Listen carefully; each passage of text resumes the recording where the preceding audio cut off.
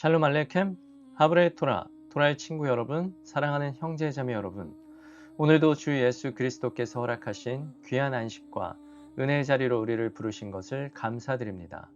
오늘 우리는 세페르 하다시쉘 하토라, 토라의 새로운 책, 레위기의 시작인 파라샤 바이크라를 함께 나누게 됩니다. 그가 부르셨다라는 이 이름처럼 하나님께서 모세를 부르시고 또 오늘 우리 한 사람 한 사람을 부르고 계심을 기억하며 이 시간을 시작하고자 합니다.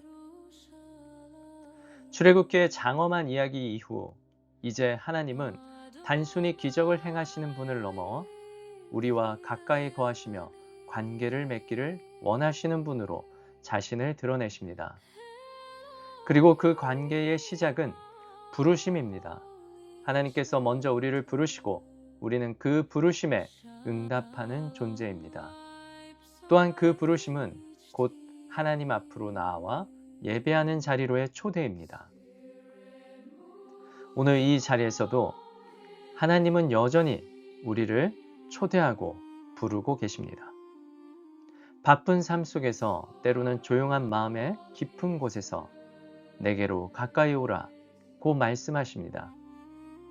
바이크라는 단순히 제사의 규례를 말하는 것이 아니라 하나님께 나아가는 길, 예배의 본질, 하나님과 인간 사이의 관계, 그리고 그 관계 속에서 살아가는 삶의 방향을 보여줍니다.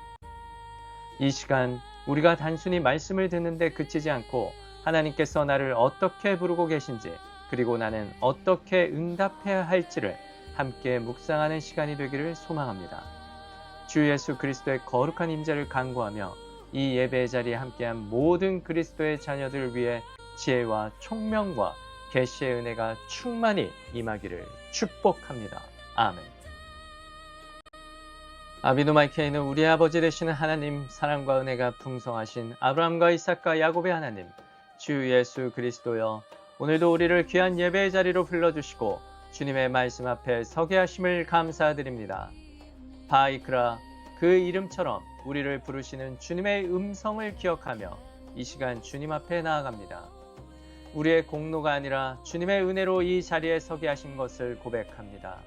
주님, 우리의 마음과 생각을 붙들어 주시옵소서. 오늘 드려지는 이 예배가 형식에 머무는 것이 아니라 주님께 가까이 나아가는 참된 예배가 되게 하시고 우리의 삶이 주님과의 관계 속에서 새로워지는 시간이 되게 하시옵소서. 말씀을 통해 우리를 다시 부르시는 주님의 음성을 듣게 하시고 그 부르심 앞에 순종으로 응답하는 그 믿음을 우리에게 허락하여 주시옵소서. 이 시간 함께하는 그리스도의 자녀들을 위해 지혜와 총명과 계시의 영을 부어주시고 주 예수 그리스도의 거룩한 임재가 이곳에 충만하게 하시옵소서. 모든 생명의 말씀 우리를 부르시고 가까이 하시는 우리 주 예수 그리스도의 이름으로 기도드립니다. 아멘. 바루가타 아도나이 엘로헤이누 멜레카울람 아쉐르 키데샤누 베미츠보타부 베치바눌라속 베드브레이 토라, 우리를 당신의 명령으로 거룩하게 하시고 우리를 토라의 말씀으로 빠져들도록 명령하신 온 우주의 왕이신 주 우리의 하나님, 당신을 송축합니다. 아멘. 파라샤 바이크라, 그리고 그가 부르셨다 라는 뜻입니다. 유대력으로 5786년 니산월 3일. 네, 벌써 니산월로 넘어갔습니다. 이 니산월은 굉장히 중요한 달입니다. 하나님께서 이스라엘 백성들에게 이 달이 너희의 첫 달이 되게 하고 이렇게 명령하신 달이고요. 그리고 6월절의 축복이 가득한 달입니다. 그래서 하나님께서는 오늘 이 예배를 통해서 우리 모두를 부르시고 계시고 우리는 그 부르심에 응답하여 진정한 출애굽의 축복이 이루어질 수 있는 은혜로운 달이 되기를 소망합니다. 양력으로는 2026년 3월 21일 토요일 23주차 파라샤 말씀입니다. 먼저 성경책을 앞에 활짝 기쁨으로 펼치시고 오늘도 큰 소리로 읊조리며 영으로 예배드리는 모든 분들에게 주 예수 그리스도의 거룩한 참된 기름 부음이 차고 넘치리라 믿습니다. 먼저 토라 모세 오경 말씀 레위기 1장 1절에서 6장 7절의 말씀입니다. 네, 레위기가 시작되는 파라샤입니다.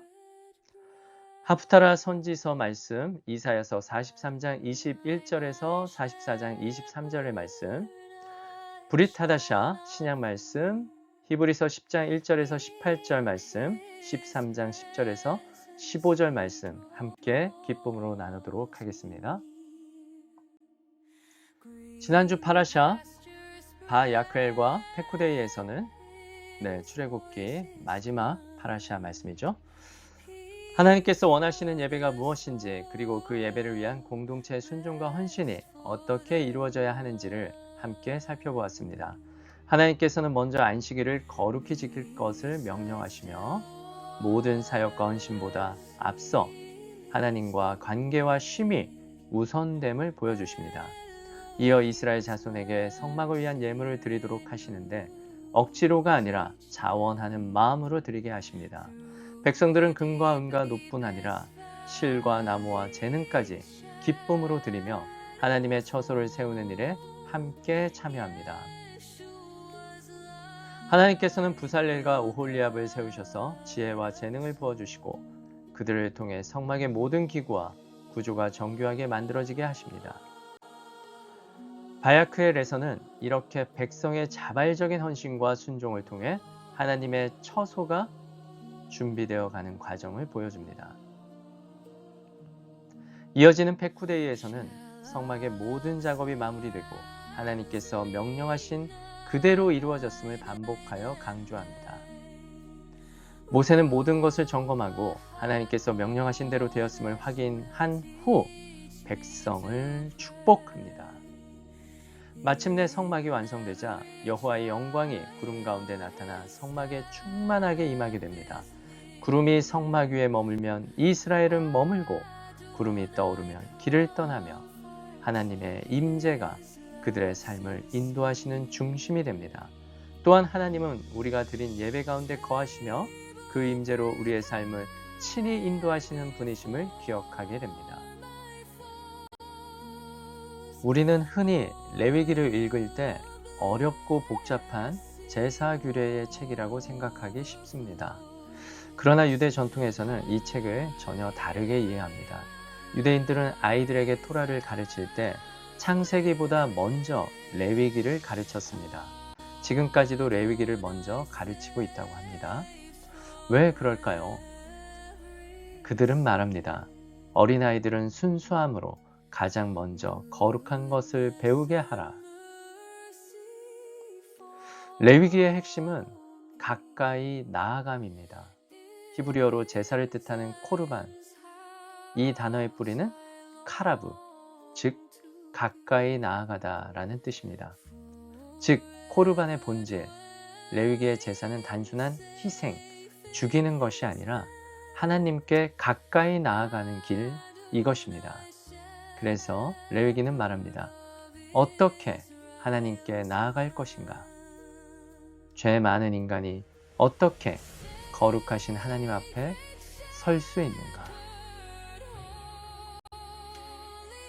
레위기 1장 1절 바이크라에는 특이하게도 마지막 글자 알렙이 작게 쓰여 있습니다.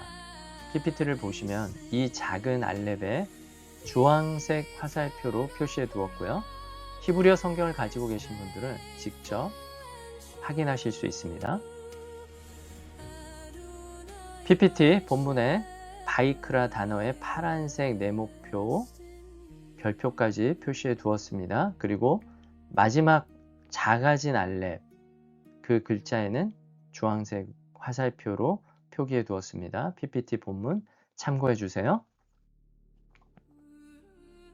유대 전승에 따르면 모세는 원래 자신을 낮추기 위해 우연히 임하셨다라는 뜻의 단어 바이카르를 쓰고 싶어 했다고 합니다.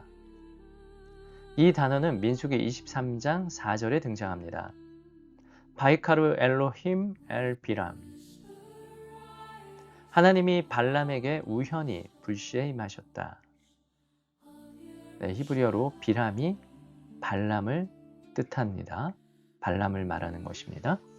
발람은 하나님을 경험했지만 지속적인 관계 속에 있는 사람이 아니라 하나님이 부르신 존재라기보다 잠시 나타나신 대상으로 이해됩니다. 반면 하나님께서는 모세에게 처음부터 바이크라, 곧 사랑으로 부르셨다라고 기록하게 하셨습니다.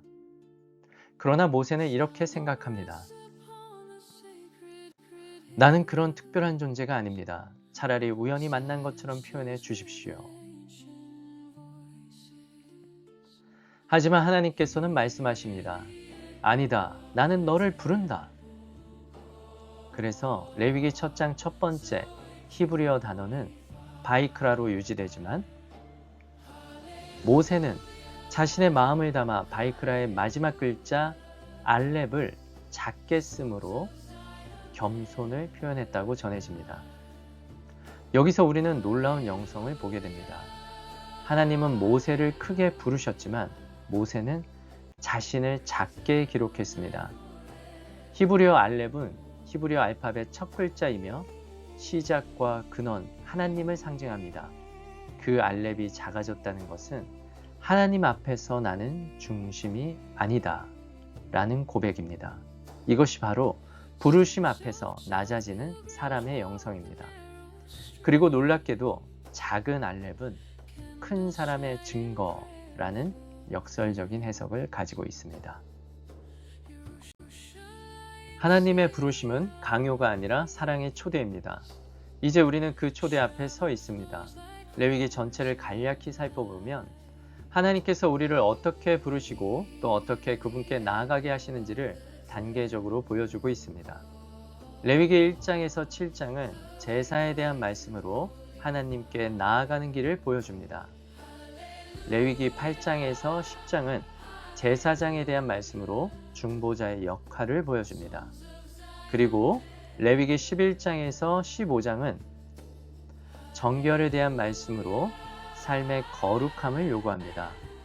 레위기 16장은 속죄일을 통해 완전한 회복의 길을 열어주십니다. 그리고 마지막 레위기 17장에서 27장은 거룩한 삶에 대한 말씀으로 일상 속 예배의 삶을 가르쳐 줍니다.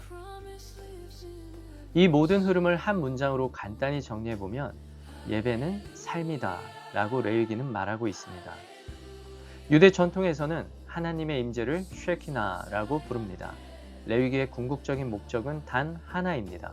하나님께서 우리 가운데 거하시게 하는 것. 그러나 죄가 있는 곳에는 하나님의 임재가 머무를 수 없습니다. 거룩함이 있을 때 하나님께서 함께 하십니다. 그래서 레위기는 우리에게 묻습니다. 너는 정말 하나님과 함께 살기를 원하는가? 그분의 임재를 모시고 살아갈 준비가 되어 있는가?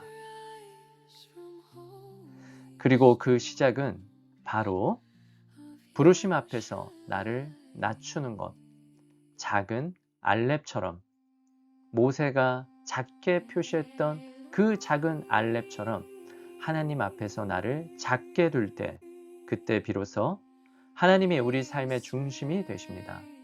하나님께서 중심이 되실 때 비로소 우리의 삶이 예배가 되는 것입니다. 출애굽기의 마지막 40장에서 하나님의 영광이 성막에 충만히 임했지만 모세조차 그 안으로 들어갈 수 없었습니다. 이 장면은 매우 중요한 질문을 남깁니다. 거룩하신 하나님 앞에 죄 있는 인간이 어떻게 나아갈 수 있는가? 레위기 곧 파라샤 바이크라는 바로 이 질문에 대한 하나님의 응답입니다. 레위기 1장 1절은 이렇게 시작합니다.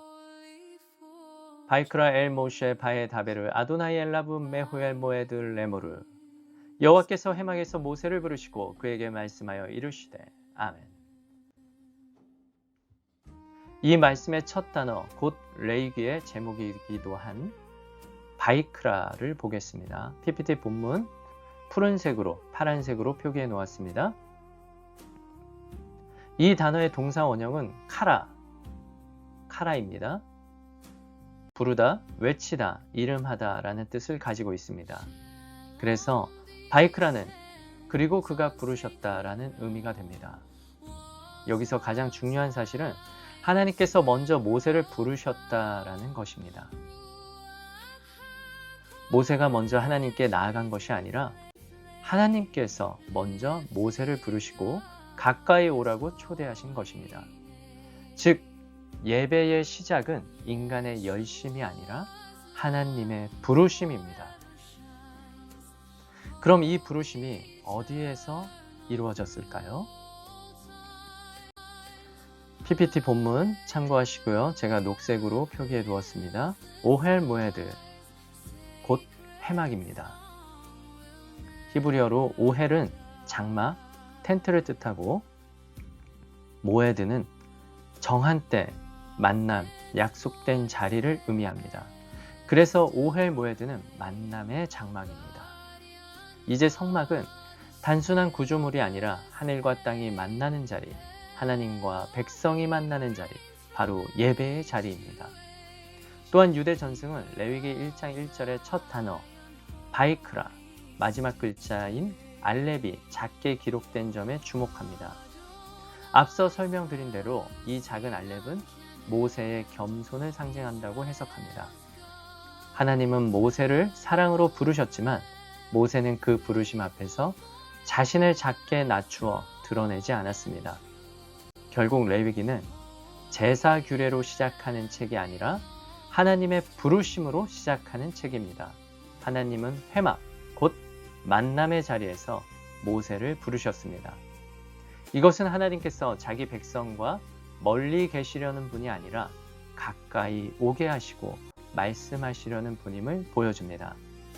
하나님께서는 지금도 우리를 부르고 계십니다. 오늘 이 예배의 자리, 주 예수 그리스도의 장막 안에서 하나님의 부르심에 응답하며 그분 앞으로 나아가는 우리 모두가 되기를 소망합니다. 아멘.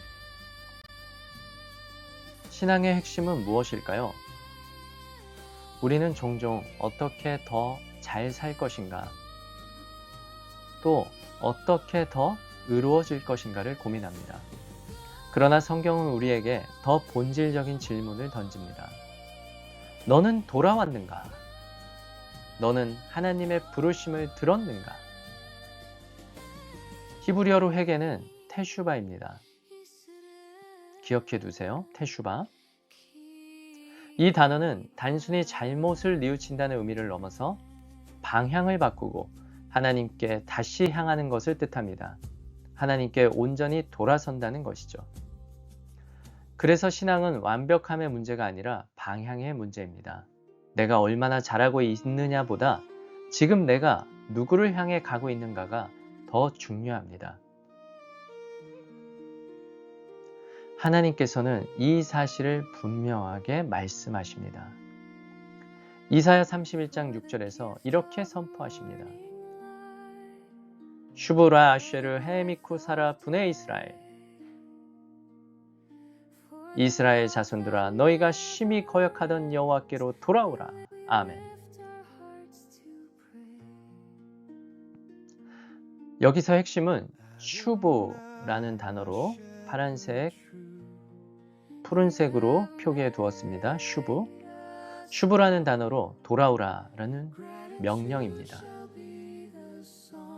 히브리어 어근은 슈브로 돌아오라, 되돌아가라, 방향을 바꾸라는 기본적인 의미를 가지고 있습니다. 그래서 슈브는 돌아오라는 명령의 의미이고 테슈바는 돌아옴의 상태나 행위를 의미하는 것입니다. 하나님께서는 우리에게 완벽해져서 오라고 하지 않으십니다. 준비가 되었을 때 오라고도 하지 않으십니다. 그저 단순하게 말씀하십니다. 돌아오라. 슈브, 돌아오라. 사랑하는 내 아들아, 내게로, 아버지에게로 돌아오라. 슈브.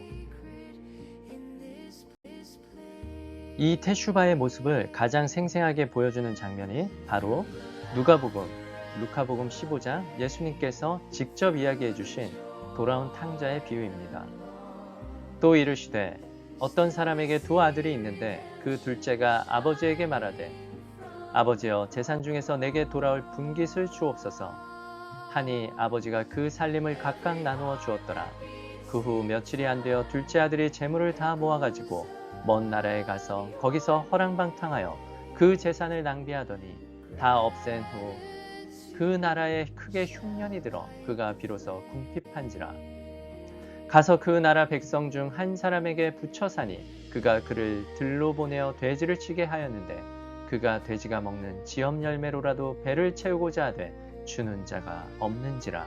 이에 스스로 돌이켜 이르되 내 아버지에게는 양식이 풍족한 품꾼이 얼마나 많은가. 나는 여기서 주려 죽는구나. 내가 일어나 아버지께 가서 이르기를 아버지여, 내가 하늘과 아버지께 죄를 지었사오니 지금부터는 아들이라 일컬음을 감당하지 못하겠나이다. 나를 품꾼의 하나로 보소서 하리라 하고 이에 일어나서 아버지께로 돌아가니라. 누가복음, 루카복음 15장 11절에서 20절 말씀입니다. 이렇게 탕자는 아버지의 집을 떠나 자기 뜻대로 살다가 결국 모든 것을 잃고 바닥까지 내려갑니다. 그리고 성경은 단 한 문장으로 그의 인생의 전환점을 설명합니다. 누가복음, 루카복음 15장 17절. 에이스 헤아우톤 데 엘돈. 이에 스스로 돌이켜. 아멘. 이것이 바로 테슈바입니다. 할렐루야. 누가복음, 루카복음 15장 20절에서 24절 이어지는 돌아온 탕자의 이야기입니다. 아직도 거리가 먼데 아버지가 그를 보고 측은히 여겨 달려가 목을 안고 입을 맞추니 아들이 이르되 아버지여, 내가 하늘과 아버지께 죄를 지었사오니 지금부터는 아들이라 일컬음을 감당하지 못하겠나이다 하거늘 아버지는 종들에게 이르되 제일 좋은 옷을 내어다가 입히고 손에 가락지를 끼우고 발에 신을 신기라. 그리고 살찐 송아지를 끌어다가 잡으라. 우리가 먹고 즐기자. 이 내 아들은 죽었다가 다시 살아났으며 내가 잃었다가 다시 얻었노라 하니 그들이 즐거워하더라. 아멘. 그는 완벽해져서 돌아온 것이 아닙니다. 준비된 모습으로 돌아온 것도 아닙니다. 그는 완전히 망가진 상태 그대로 돌아왔습니다. 그런데 아버지는 기다리지 않습니다. 그림자만 보였음에도 달려갑니다. 끌어안습니다. 조건을 묻지 않습니다. 이것이 바로 하나님 아버지의 품입니다. 그렇다면 왜 아버지는 그렇게까지 기뻐했을까요? 유대 전승은 이 질문에 대해 깊은 통찰을 제공합니다. 탈무드 브라코트 34B에는 이렇게 기록되어 있습니다. 빈콤 쉐 바알레이 테슈바 오무딤 에인 짜리킨 그무림 예홀림 라모드. 회개한 사람들이 서 있는 자리에는 완전히 의로운 자도 설 수 없다. 아멘. 이 말은 돌아온 사람이 그냥 단순히 돌아온 사람이 아니라는 뜻입니다. 그는 자신의 죄를 알고 자신의 한계를 알고 무너졌던 자리에서 방향을 바꾼 사람입니다. 그래서 그는 더 깊이 하나님을 알고 더 절실하게 하나님을 붙듭니다. 넘어지지 않은 사람보다 넘어졌다가 다시 돌아온 사람이 하나님을 더 깊이 붙드는 이유가 여기에 있습니다. 돌아온 탕자에 비유해서 우리가 깊이 묵상해야 할 장면이 있습니다. 돌아온 아들을 향해 아버지가 외치는 그 한마디입니다. 살찐 송아지를 잡으라. 우리는 이 장면을 흔히 기쁨의 잔치로만 생각합니다. 아들이 돌아왔으니 기뻐서 잔치를 여는 것, 그렇게 이해하기 쉽습니다. 그러나 성경 전체의 흐름 속에서 이 장면을 보면 이것은 단순한 잔치가 아닙니다. 레위기의 언어로 말하면 이것은 하나의 제사입니다. 레위기를 보면 하나님께 나아가는 길에는 반드시 희생이 따릅니다. 짐승이 죽고 피가 흘려지고 그 희생을 통해 하나님과의 관계가 회복됩니다. 특히 화목제, 히브리어로 쉘라밈은 하나님과 사람이 다시 하나 되어 함께 먹고 교제하는 제사입니다. 죄로 끊어진 관계가 회복되었을 때 드려지는 제사이며 하나님과 사람이 한 자리에 앉아 기쁨을 나누는 자리입니다. 이 배경을 가지고 탕자의 장면을 다시 한번 보십시오. 아들은 돌아왔습니다. 그러나 그는 아들로 돌아온 것이 아니라 스스로를 품꾼으로 여기며 돌아왔습니다. 자격이 없다고 생각했고 더 이상 아들이라 불릴 수 없다고 여겼습니다. 그런데 아버지는 그를 종으로 받지 않습니다. 가장 좋은 옷을 입히고 손에 반지를 끼우고 발에 신을 신기며 그의 신분을 다시 아들로 회복시키십니다. 그리고 이어서 말씀하십니다. 루카복음 15장 23절. 그리고 살찐 송아지를 끌어다가 잡으라. 우리가 먹고 즐기자. 아멘. 이것은 단순한 축하가 아니라 선언입니다. 이 사람은 다시 내 아들이다. 그리고 그 선언은 말로만 이루어지지 않습니다. 희생을 통해 이루어집니다. 레위기에서처럼 관계의 회복에는 반드시 희생이 필요합니다. 탕자는 그냥 돌아왔지만 그가 다시 아들이 되는 자리에는 값이 지불됩니다. 송아지가 죽습니다. 피가 흐릅니다. 생명이 드려집니다. 그리고 그 위에 잔치가 열립니다. 이 장면은 우리에게 분명하게 말해줍니다. 회복은 값없이 누리는 것처럼 보이지만 결코 값싼 것이 아닙니다. 누군가의 희생 위에 세워진 은혜입니다.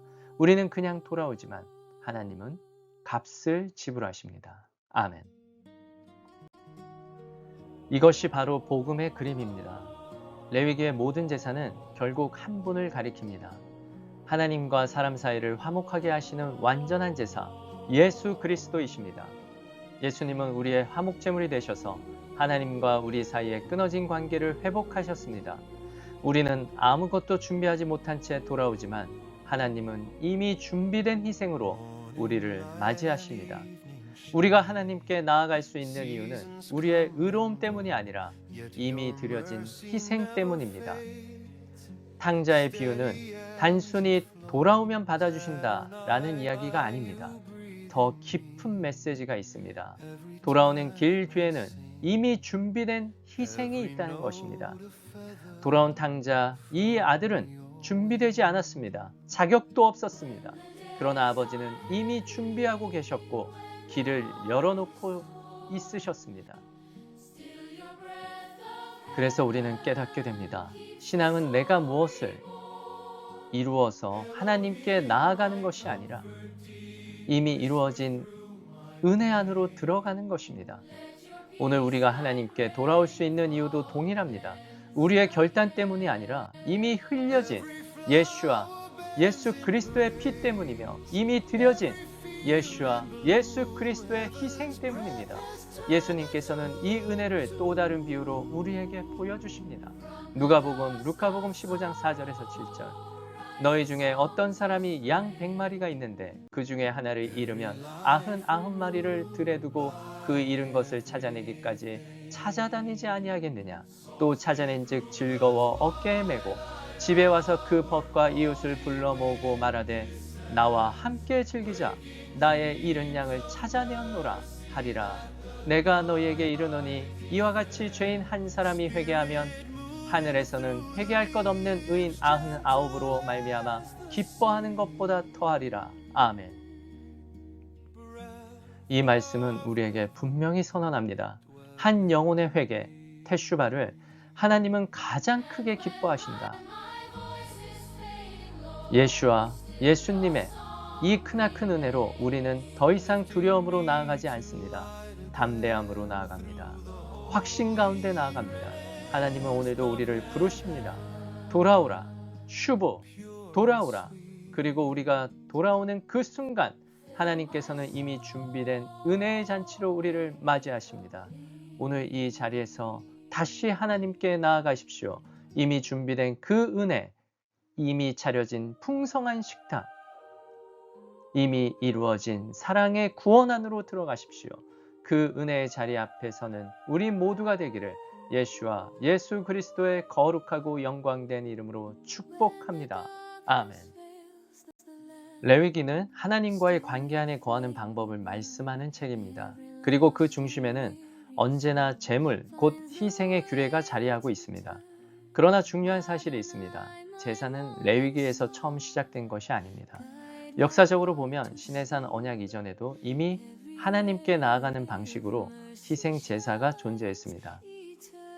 유대 전승은 이를 매우 중요하게 보며 성막이 세워지기 이전에도 하나님께 나아갔던 의인들, 곧 짜디킴의 삶 속에서 이를 보여줍니다.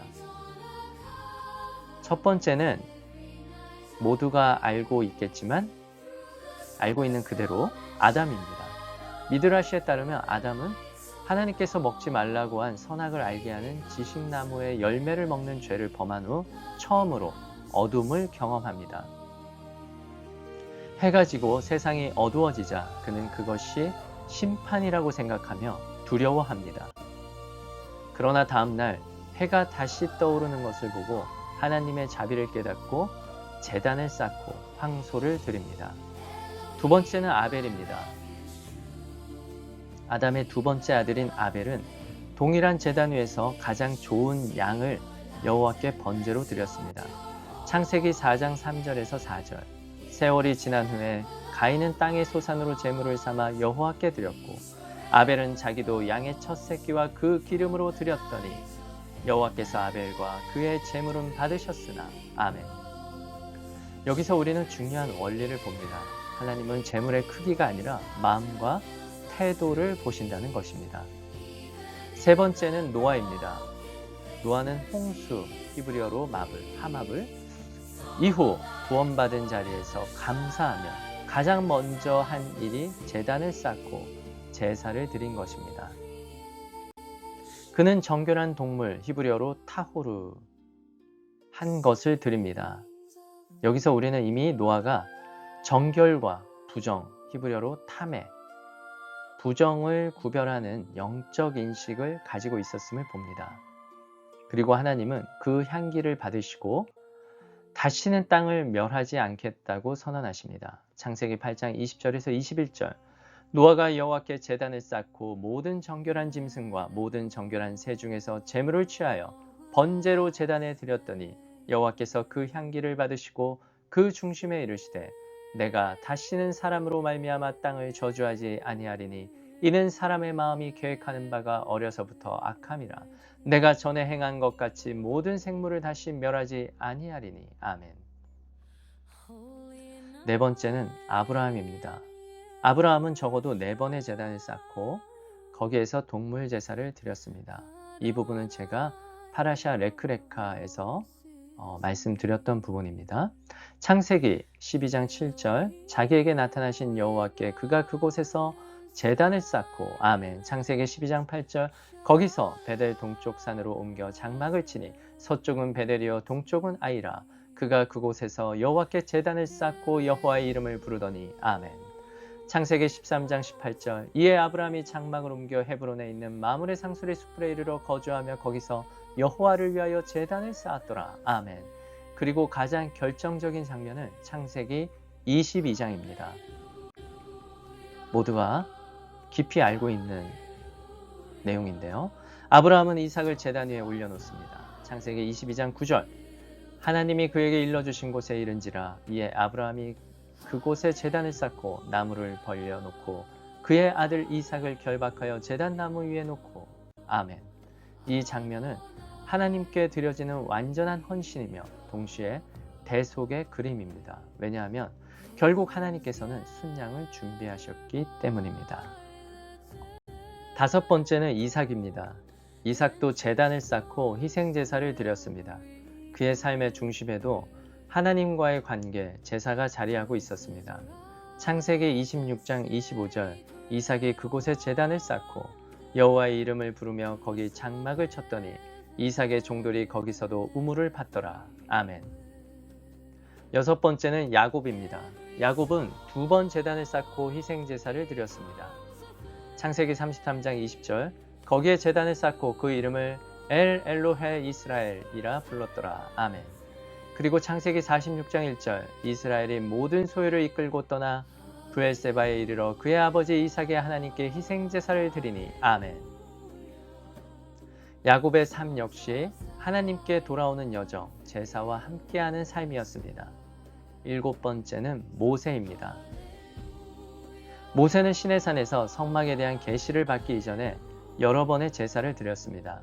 이러한 내용은 아말렉 전투 후에 희생 제사를 드렸음은 물론 출애굽기, 탈출기 17장 15절, 모세가 제단을 쌓고 그 이름을 여호와 니시라 하고 아멘.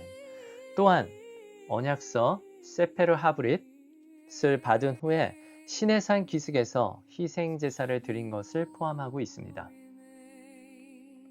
출애굽기 탈출기 24장 4절에서 7절.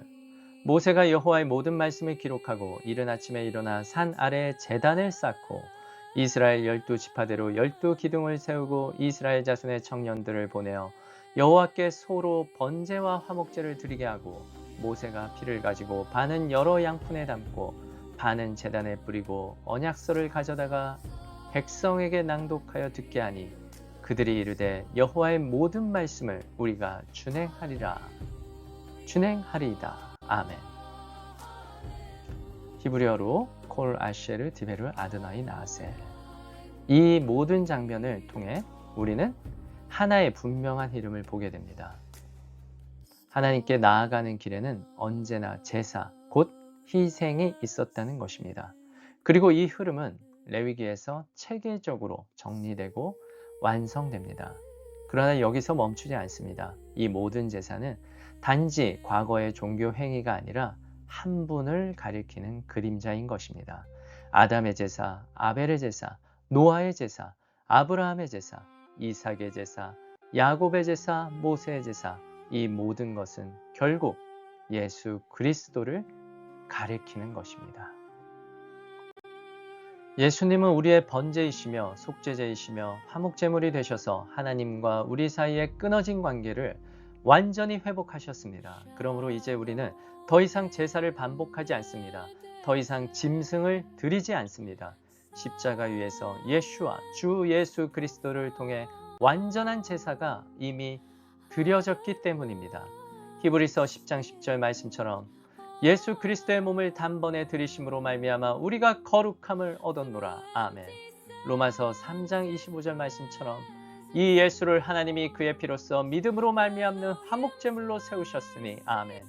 그리고 십자가 위에서 예수님께서 선언하십니다.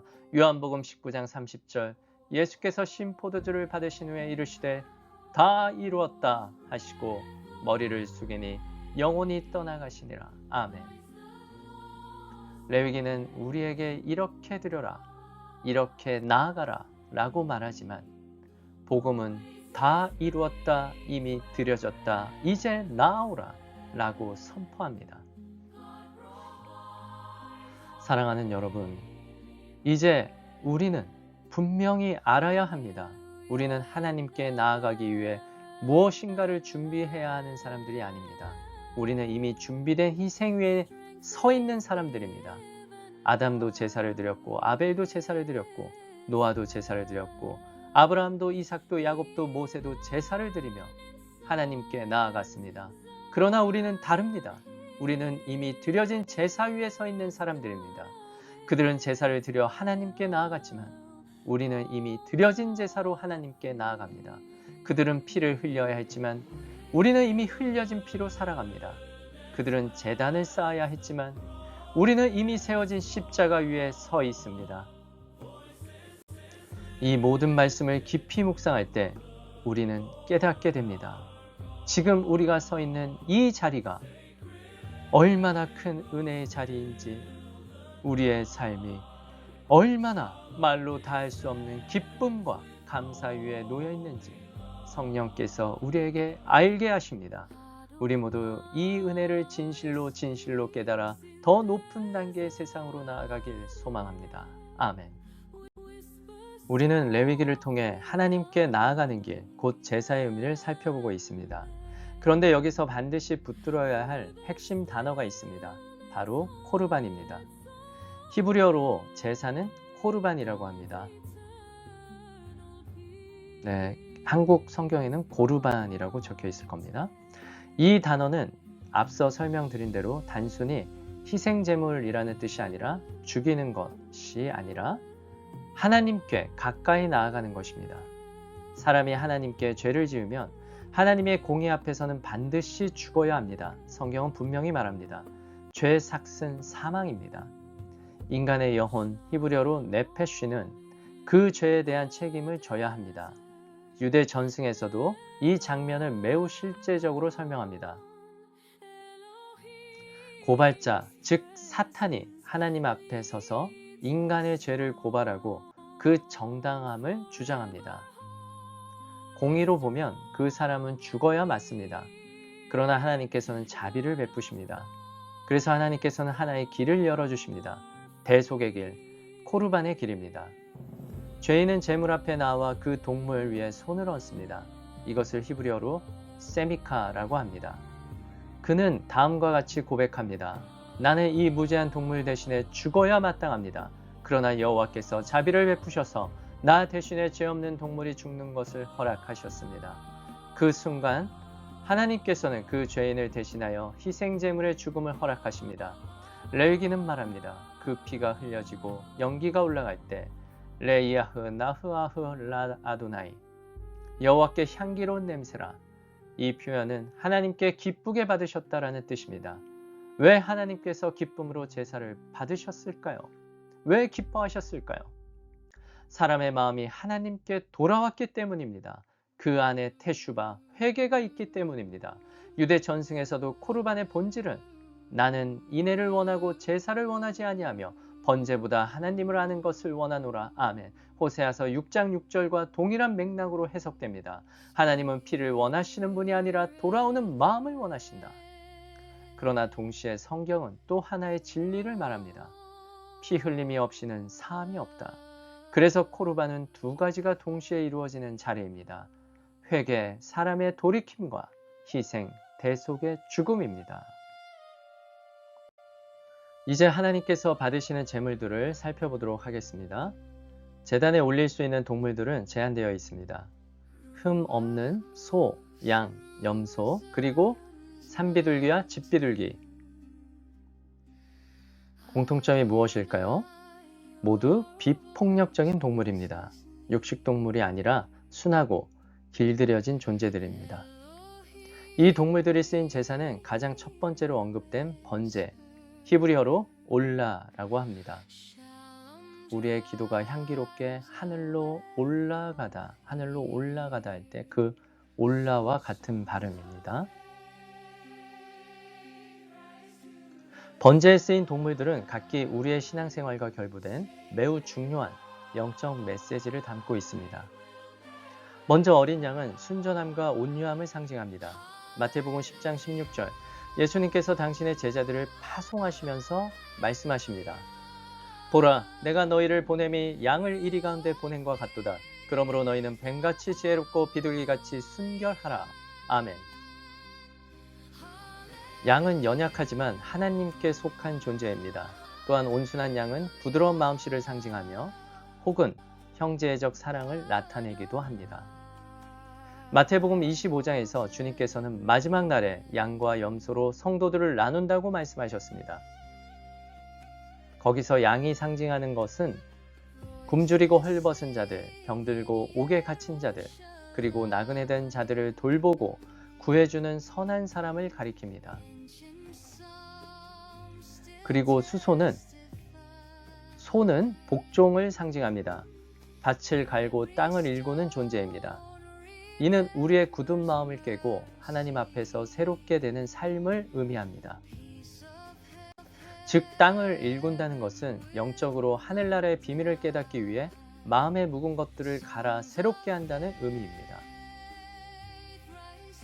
그리고 바위와 바위 사이를 뛰어넘기를 좋아하는 염소는 복합적인 상징입니다. 때로는 타락과 심판을 나타내기도 하지만 동시에 기쁘게 활발하고 생명력 있는 신앙의 모습을 나타내기도 합니다. 그리고 비둘기는 순결함, 성령, 하나님을 향한 갈망을 상징합니다. 유대 전통에서는 비둘기의 소리는 새로운 계절의 시작을 알린다고 합니다. 이것은 영적으로 하나님께서 우리 영혼에 새로운 봄을 주시는 순간을 의미하기도 합니다. 집비둘기나 산비둘기는 거룩한 생활을 추구하는 열망과 사고력을 나타냅니다. 이스라엘에서는 봄이 되면 제일 먼저 들리는 소리가 산비둘기의 꾸르륵 꾸르륵 이런 꾸르륵거리는 소리라고 합니다. 산비둘기의 부드러운 울음소리는 이제 따뜻한 봄이 왔다는 것을 알려주는 것입니다. 우리 영혼이 좀 더 온전하게 되어 하늘나라에 대한 열정이 강력해지고 그 소망이 확실하게 되면 이것은 하나님께서 영혼의 봄을 알리는 산비둘기를 우리 모두에게 보내셨다는 것을 말해줍니다. 할렐루야! 5가지의 중요한 코르반 제사는 다음 파라샤 짜부에서 좀 더 자세히 나누도록 하겠습니다. 파라샤 바이크라와 연결된 하프타라 선지서의 말씀은 우리에게 매우 깊은 영적 진리를 보여줍니다. 레위기가 하나님께 나아가는 길로서 제사를 말하고 있다면 이사야서는 그 제사의 본질, 곧 하나님께서 진정으로 원하시는 것이 무엇인지를 드러내고 있습니다. 이스라엘 백성은 하나님께 선택받은 민족이었지만 반복해서 하나님을 떠났습니다. 보이지 않는 하나님보다 눈에 보이는 우상을 선택했고 창조주보다 피조물을 의지했습니다. 그럼에도 불구하고 하나님은 그들을 버리지 않으셨습니다. 오히려 그들을 향해 다시 부르십니다. 이사야 43장 22절에서 하나님은 말씀하십니다. 야곱아, 너는 나를 부르지 아니하였고 이스라엘아, 너는 나를 괴롭게 여겼으며, 이어서 24절에서는 너는 내 죄짐으로 나를 수고롭게 하며 내 죄악으로 나를 괴롭게 하였느니라 라고 말씀하십니다. 이것은 단순한 책망이 아니라 하나님과의 관계가 멀어진 것에 대한 하나님의 탄식입니다. 하나님은 형식적인 제사가 아니라 하나님께 돌아오는 마음을 원하십니다. 그런데 놀랍게도 하나님은 그들의 죄를 지적하신 직후, 탄식하신 직후 이렇게 선언하십니다. 이사야서 43장 25절 나 곧 나는 나를 위하여 내 허물을 도말하는 자니 내 죄를 기억하지 아니하리라. 아멘. 이어서 이사야서 44장 22절 내가 내 허물을 빽빽한 구름같이 내 죄를 안개같이 없이 하였으니 너는 내게로 돌아오라. 내가 너를 구속하였음이니라. 아멘. 여기서 우리가 붙들어야 할 핵심은 이것입니다. 하나님은 돌아오면 용서하겠다라고 말씀하지 않으십니다. 오히려 내가 이미 너를 구속하였다라고 선언하시고 그 위에서 슈브, 돌아오라 라고 부르십니다. 이것이 은혜이며 이것이 복음의 성취입니다. 이 진리는 유대 전승에서도 매우 깊이 나타납니다. 탈무드 요마 86b 회개는 크도다. 고의로 지은 죄들까지도 공로로 바꾸어준다. 이 말씀은 인간의 공로를 말하는 것이 아니라 회개하는 자에게 베풀어지는 하나님의 자비가 얼마나 큰지를 강조하는 선언입니다. 그리고 또 하나의 중요한 전승이 있습니다. 미드라시 쉬르 하쉬림 라바 5장 2절 나를 위해 바늘끝만큼만 열어라. 그러면 나는 너희를 위해 성전의 문처럼 넓은 문을 열겠다. 이 전승은 우리에게 분명히 말해줍니다. 회개의 시작은 인간의 작은 돌이킴이지만 그 회복은 전적으로 하나님의 은혜로 이루어진다는 것입니다. 레위기는 분명히 말합니다. 하나님께 나아가는 길에는 반드시 희생이 필요합니다. 피 흘림이 없이는 삶이 없습니다. 그런데 이사야에서는 아직 제사가 드려지기 이전에 하나님이 이미 구속하였다라고 선언하십니다. 이것은 장차 오실 완전한 희생을 미리 바라보시는 하나님의 선언입니다. 이사야서 53장 5절은 이렇게 선포합니다. 그가 찔림은 우리의 허물 때문이요 그가 상함은 우리의 죄악 때문이라. 그가 징계를 받음으로 우리는 평화를 누리고 그가 채찍에 맞음으로 우리는 나음을 받았도다. 아멘. 이 말씀은 말하지 않아도 예수와 예수 그리스도를 가리킴을 우리 모두가 알고 있습니다. 우리는 예수님이 받으신 찔림과 상함과 징계와 채찍으로 맞은 고통의 그 위대한 사랑 안에서 평강을 누리고 나음을 받은 것입니다. 영원한 생명을 얻은 것입니다. 사랑이란 글자 뒤에 가려진 예수님의 그 피 흘린 고통의 이야기들을 말씀을 통해 우리는 정말로 참으로 알고 마음 깊이 새기며 이 진리를 가족 공동체와 더불어 자녀들과 자녀의 자녀들과 또한 이웃들과 나누어야 합니다.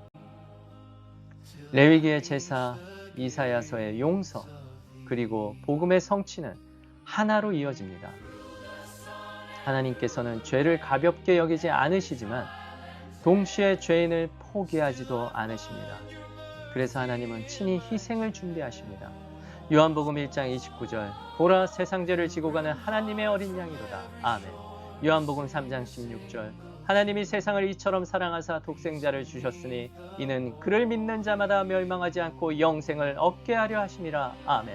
3장 17절 하나님이 그 아들을 세상에 보내신 것은 세상을 심판하려 하심이 아니요 그로 말미암아 세상이 구원을 받게 하려 하심이니라. 아멘. 우리는 완벽해서 하나님께 나아가는 것이 아닙니다. 우리는 여전히 연약하고 때로는 하나님보다 다른 것들을 붙들기도 하며 극소수는 때때로 돌아올 수 없을 것 같은 강을 건너기도 합니다. 그러나 하나님은 여전히 말씀하십니다. 내가 너를 구속하였다. 내가 너를 낳았도다. 그러니 내게로 돌아오라. 우리가 하나님께 돌아올 수 있는 이유는 우리의 결단 때문이 아니라 이미 준비된 희생, 그 크나큰 위대한 사랑 때문입니다. 우리가 바늘 끈만큼이라도 하나님께 방향을 돌릴 때 하나님은 우리를 위해 넓은 문을 여십니다. 할렐루야. 네, 오늘도 말씀 기도로 마침 기도하도록 하겠습니다. 손을 높이 들고 큰 소리로 읊조리며 기도하셔도 좋고, 눈을 지그시 감고 하늘나라를 상상하며 편하게 앉아서 기도하셔도 좋습니다. 사랑하는 가족들과 손을 맞잡고 기도하셔도 좋고, 가난한 이웃과 또 도움이 필요한 이웃을 위하여 기도하셔도 좋습니다. 오늘도 어김없이 이스라엘을 위하여 기도하도록 하겠습니다. 또한 전쟁으로 고통받고 있는 모든 그리스도의 자녀들을 위하여 기도하도록 하겠습니다. 더 나아가 이스라엘을 위하여 또 그리스도의 나라를 위하여 을을 위하여 사역을 감당하고 있는 모든 그리스도의 사역자들을 위하여 기도하도록 하겠습니다. 그들 모두에게 주 예수 그리스도의 충만한 기름 부음이 동행하실 줄로 믿습니다. 네, 함께 기도하겠습니다. 율법은 장차 올 좋은 일의 그림자일 뿐이요 참 형상이 아니므로 해마다 늘 드리는 같은 제사로는 나오는 자들을 언제나 온전하게 할 수 없느니라.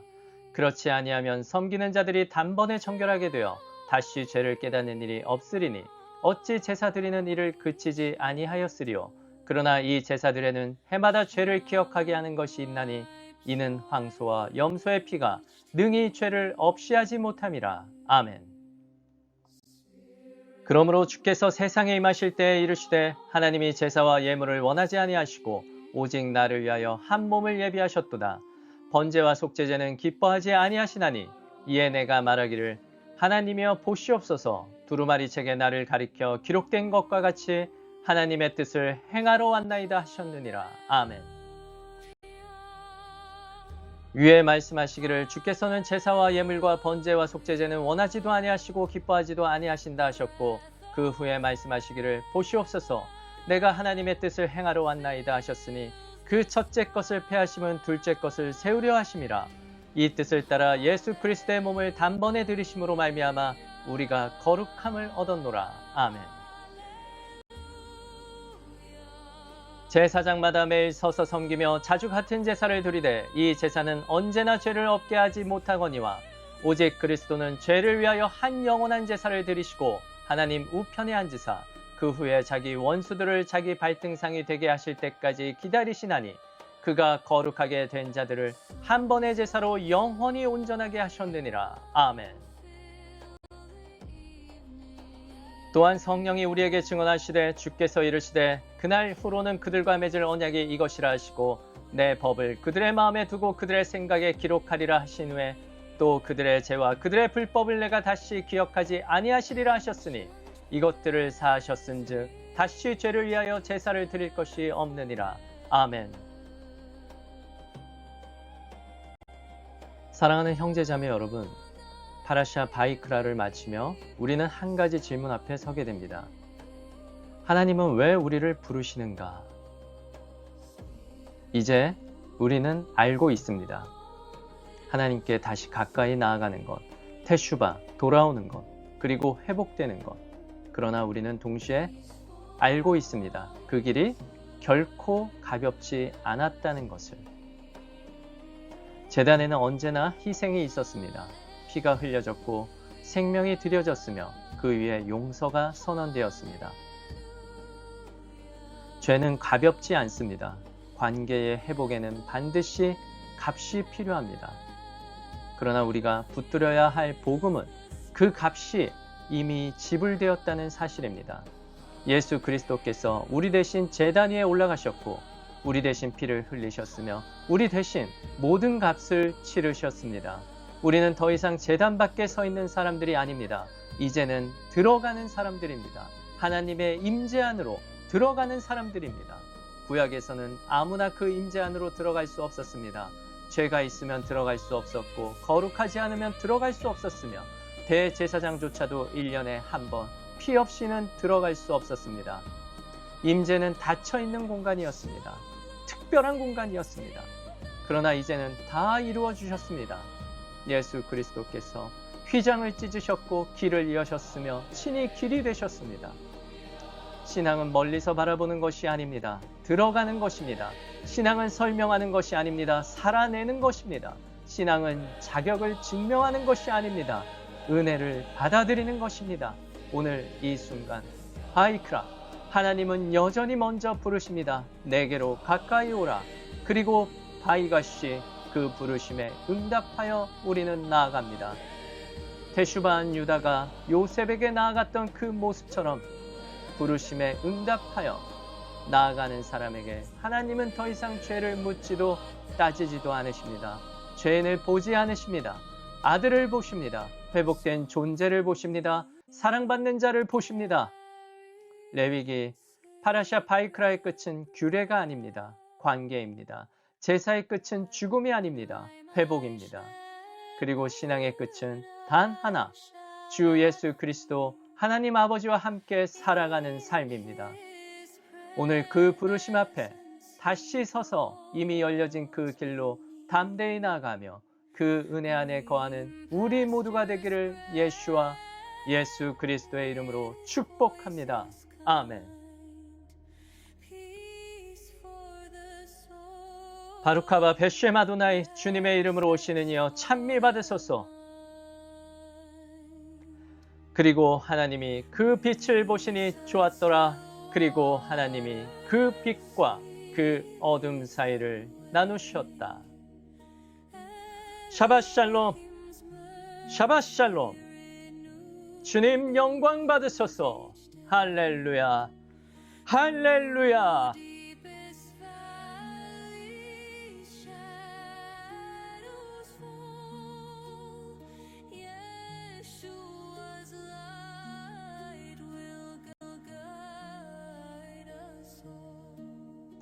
하작, 하작, 베닛, 하잭.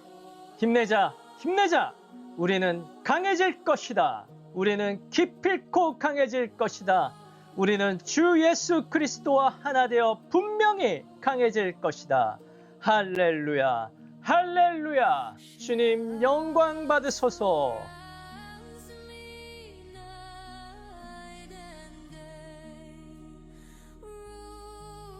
네, 이번 한 주 우리 모두에게 주님께서 명령하십니다. 돌아오라. 슈브, 돌아오라. 유다가 진정한 회개를 통해 요셉에게 나아갔던 그 모습을 상상하면서 하나님께서 우리를 부르심에 기쁨으로 나아갈 수 있는 한 주 되시길 소망합니다.